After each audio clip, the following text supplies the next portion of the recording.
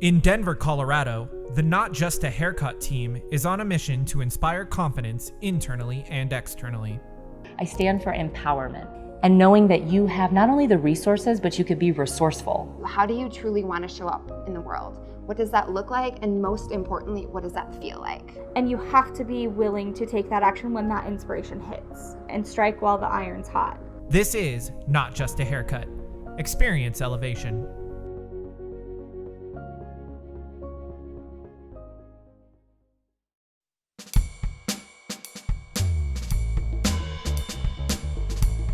All right, so our nominee's name is Tom. Tom is 51 and he is an attorney. I'm Tom Rubane. I'm originally from the Dallas area in Texas, and I've been living in Denver for 11 years. I'm a lawyer, and I'm just branching out into doing estate planning for people to help them out with their wills and things like that. I'm really interested in music. I sing with the Denver Gay Men's Chorus and played with a local band called the Mile High Freedom Band before. He really struggles with self-confidence. I'm really just hoping to gain confidence in myself. I've always kind of been had a retiring personality and kind of quiet, just to feel confident in my look and my personality, I guess. Awesome. This is going to be a great transformation for him. Yeah. Just from the inside out. Yeah. Oh, I'm so excited.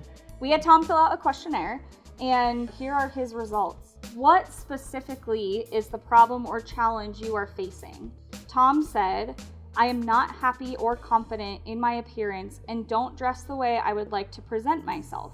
This also affects my confidence as an attorney. Ooh, that's going to be a good launch pad because he's going through an identity shift. Yes. So a lot of times we cling to our old identities. So this part of this whole external process will help him shed the old Tom and then step into the new version of him and help him rewire. Yes, where from he the has inside to out. actually be interacting with clients. He's never had to do that before, really. So. Yeah. And he said he doesn't dress the way that he would like to present himself. That's a perfect stepping stone for him. Absolutely. How long have you had this problem?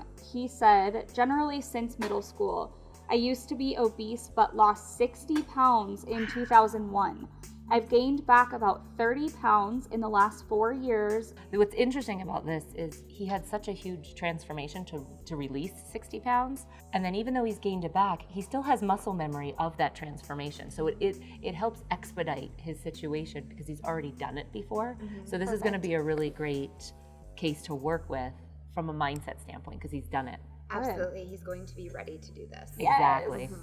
How did your previous attempts to solve the problem work out? Please explain.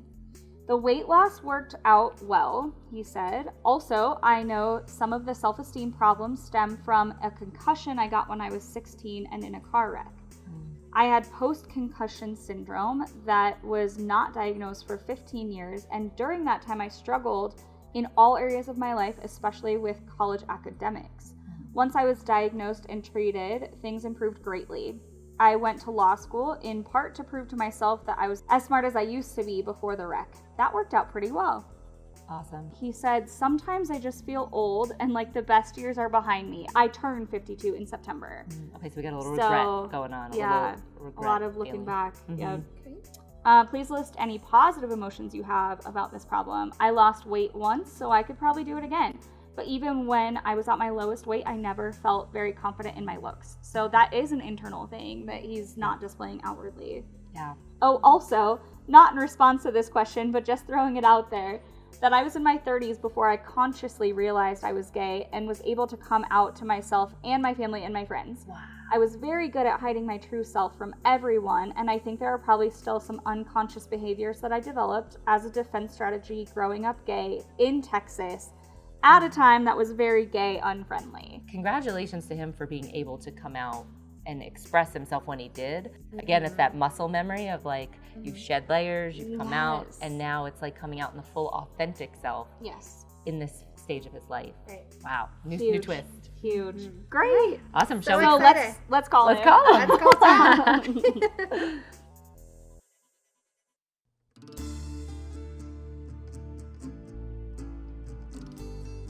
Welcome. Thank you. Welcome to your breakthrough session.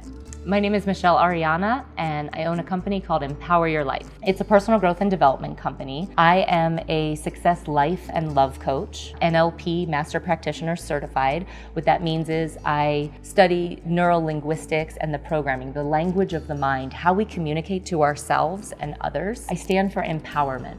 And empowerment means being fully embodied and confident in making your own choices and knowing that you have not only the resources, but you could be resourceful to create what you need. Part of being empowered also means to embrace the disempowering parts of us. We don't want to push away or hate on any aspects of us. So if there is something that there's darkness in an area of our life, we want to shed light on it, embrace it, and allow that to come back into wholeness. So that is what true empowerment is, and that is part of my business philosophy. So my strategy with any NLP breakthrough immersion session is I help someone first shift their emotional state.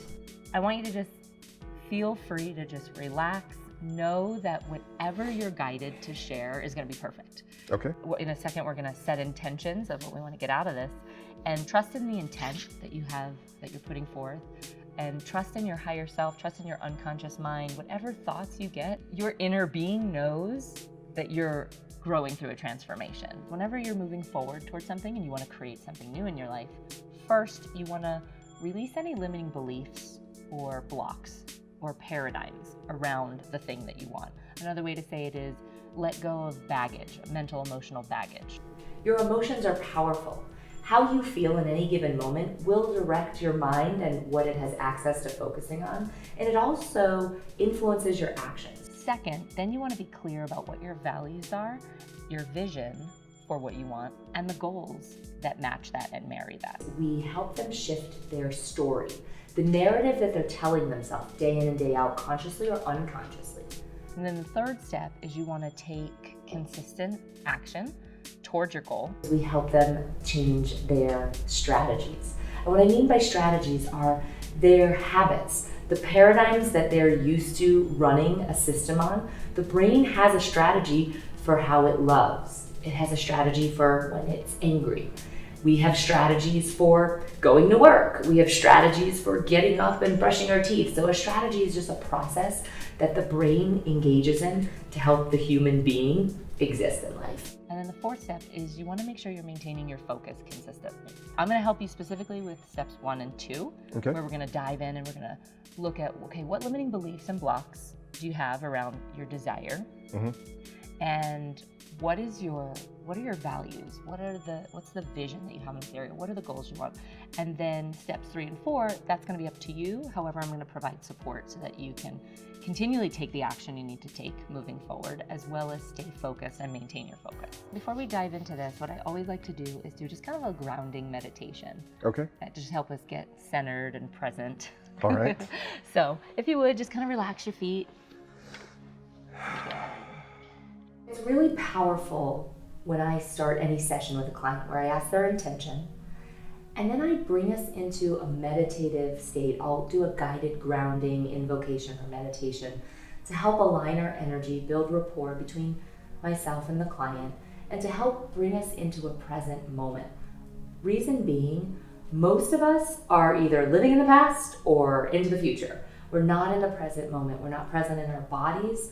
We're not present with our thoughts. We're just on autopilot. So I find it very powerful to do a bit of a meditation or visualization to help someone get their mind, body, heart, and soul grounded into the now, into our space. We're creating a sacred space, and being able to activate and access parts of your conscious and your unconscious that would help facilitate the breakthrough process, or even just the coaching process. Take a deep breath in, exhale. Good, come back to center. Open your eyes when you're ready.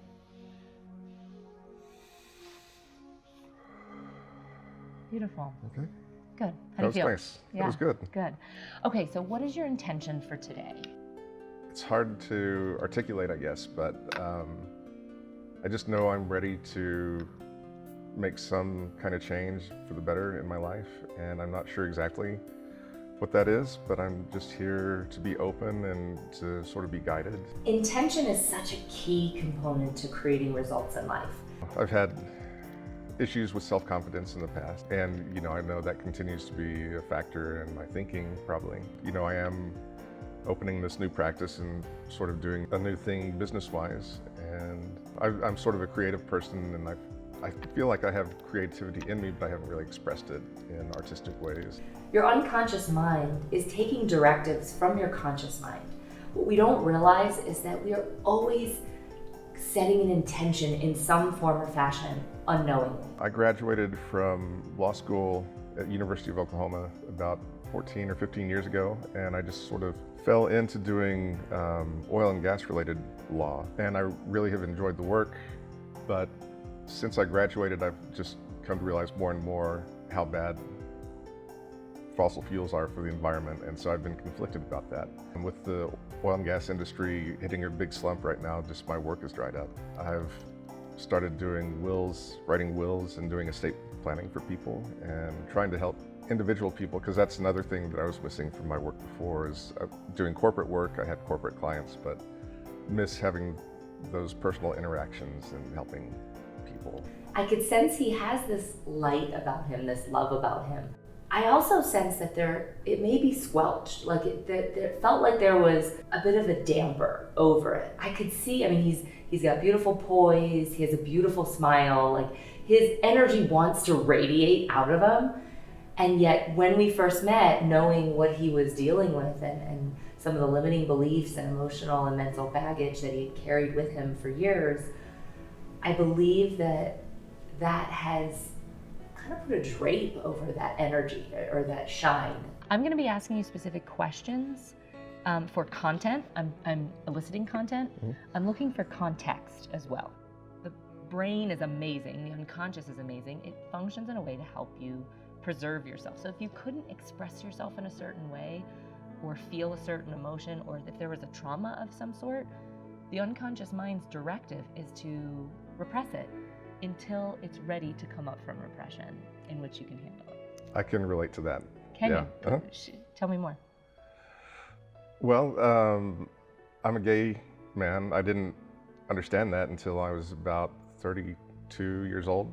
Just thought I hadn't met the right girl yet, and I dated a few women, and like I said, I just convinced myself, oh well, the right girl will come along at some point. My first year in law school, I just randomly made friends with a girl who was a lesbian, and she talked me into going to this meeting to start a GLBT student association. And so I went. I just raised my hand and said, oh, well, you should also sort of cater to people that maybe haven't come out yet and are like afraid to do whatever. And after I said that, I was like, why did I say that? So I was at this party, and this guy was flirting with me, and then he caught me alone and gave me a kiss, and I was like, wow, that was really interesting. And so I went through almost a little bit of a breakdown, I guess. About 6 months for me to come out to myself, and then I started dating. I called that same guy and got his phone number, and we started dating. And then about a year after that is when I came out to my family. Not everyone has the courage to do that, and the fact that you were able to, not saying it was easy, doesn't sound like it was easy. However, the fact that you were able to listen to what your soul was telling you and actually speak your truth, that's not always easy. No. So. When Tom first came to me, he had 4 presenting problems, 4 issues that were really weighing on his soul, stopping him and blocking him from moving forward. And so the first one was he had low self-confidence. He knew this about himself. He could feel most of his life that he had been just not feeling good enough, not really feeling confident, and it specifically started getting louder the past 3 years. He was in a car accident when he was around 15 or 16, and that really shifted his whole identity, who he was. And it was just a one-car accident. I ran into a telephone pole. I was knocked unconscious for about an hour and had a concussion and was kind of woozy for a few days. I can't remember the accident at all. That trauma back then locked in decisions he made about himself. You know, up until that time, I'd always been really good in school, and I was the smart kid and all that stuff. So that was kind of my identity. But then I started having trouble with school and concentrating and being tired all the time. The foundation of my identity was kind of taken away from me. And this went on for 15 years. I was in college at that time and just happened to see this doctor, and she diagnosed me with post-concussion syndrome. He also came to me with the issue of having self-consciousness about his weight gain. That's actually what started triggering the self-consciousness. I was really inactive, and at my heaviest I weighed about 230. I had a job at a place that had a gym, so after I got off my shift I would just work out. I would cook more for myself and a little more healthy. So I was able to drop about 60 pounds. And that's incredible. Yeah. 60 pounds, and how long did that take you to do that? About 6 months. Shoot, and you kept it off for a Yeah, period of time? for a long time. That's excellent. You have an experience that you've already created. We call it muscle memory. Uh-huh. Your brain and your body already knows you're capable of it. You did it, you released it. Right. And so the body and the mind knows you can do it again. Now you mentioned you had, why you're self-conscious now is because you gained some back? Having a sedentary lifestyle and working at a desk all day, I've gradually gained about 20 or 30 pounds back. Okay, so that's a recent thing. So Yeah. your body held at around your ideal physical body weight. Right. Until the past couple of years. He's felt stuck in his life. He used to be full of like inspiration and had creative ideas and would follow a path of a thought that would light him up. And over the past 3 years, he hasn't had the motivation or the inspiration. He doesn't feel alive, and that also played into his weight gain. I just feel like I've been going stagnant for a few years. I have a comfortable life and I have friends and everything, and I just feel like I've sort of lost my curiosity about things and sort of lost my spark, I guess, if that makes sense. And just sort of coasting. I would like to find more direction, more inspiration. We had to get to the root, the greater problem. And what we discovered is Tom's greater problem, the decision, the limiting belief that he has held on to about himself is that this: I'm a loser. If I wasn't a loser, I wouldn't be a disappointment. I wouldn't be not good enough. I look in the mirror and I see this extra weight that I'm carrying, and I'm like, not happy about it. I'm just conscious of the way my body feels. I felt better before I gained the weight back, and I miss that feeling. School used to be really easy for me, and I'd do well, and teachers would compliment me on how smart I was, and oh, you're gonna do great things, and I'm sure you're gonna do all this and that. And I felt good receiving those compliments, and so, like I said, I had kind of based my identity around that to a great extent. My life now does not measure up to what I had imagined. Tom, the whole point I was doing all of this, and this was great. Remember, I was saying I'm asking you about content, but I'm looking for context, is so that we could get to the greater problem, the root. What is the foundation? What is the greater problem, the root cause? If we were to go in and pull out the root, would all these presenting problems fall away? If we were to clear I'm a loser, would that clear having the low self-confidence, not being happy with your appearance? I don't know. If we cleared I'm a loser, would that help you shift stagnation and move into doing things that are engaging in life and life-giving for you? I think so. If we release the belief that I'm a loser, would that help you shift some of the car accident experience and realize that your life is perfect and has unfolded in a way that you're still valuable? So would that... I think so. It takes a person who is willing, and his willingness to want change is what created this breakthrough for him. I'm not doing it. I'm the facilitator, I'm the guide. I'm here to hold the space and to guide someone through and to hold that intention. But it really does take the person. It took Tom's willingness, his desire for change, and his knowingness in his heart and soul that he can't go on living like this anymore.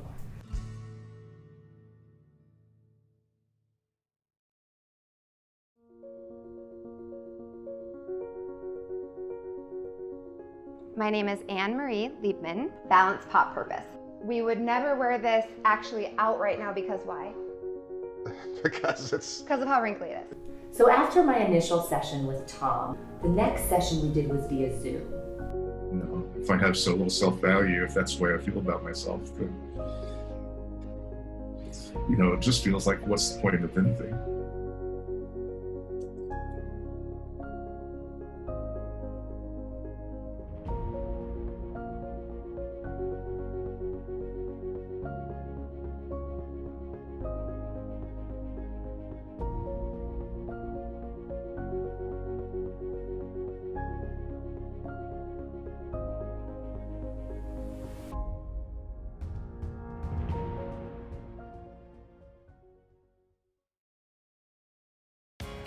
Hi, I'm Joe Falco, founder and CEO of Falco Realty. And I'm Jeff Milligan, Executive Vice President of Sales. Falco Realty is a family-owned brokerage with over 2 decades of experience. We empathize with you, Colorado. That's why during these difficult and unconventional times, we are offering all of our buyers and sellers a discount on all transactions done through the Falco Realty Group. Please give us a call at your convenience for more details. Thank you, and stay safe, Colorado. Stay safe, Colorado. Stay safe, Colorado.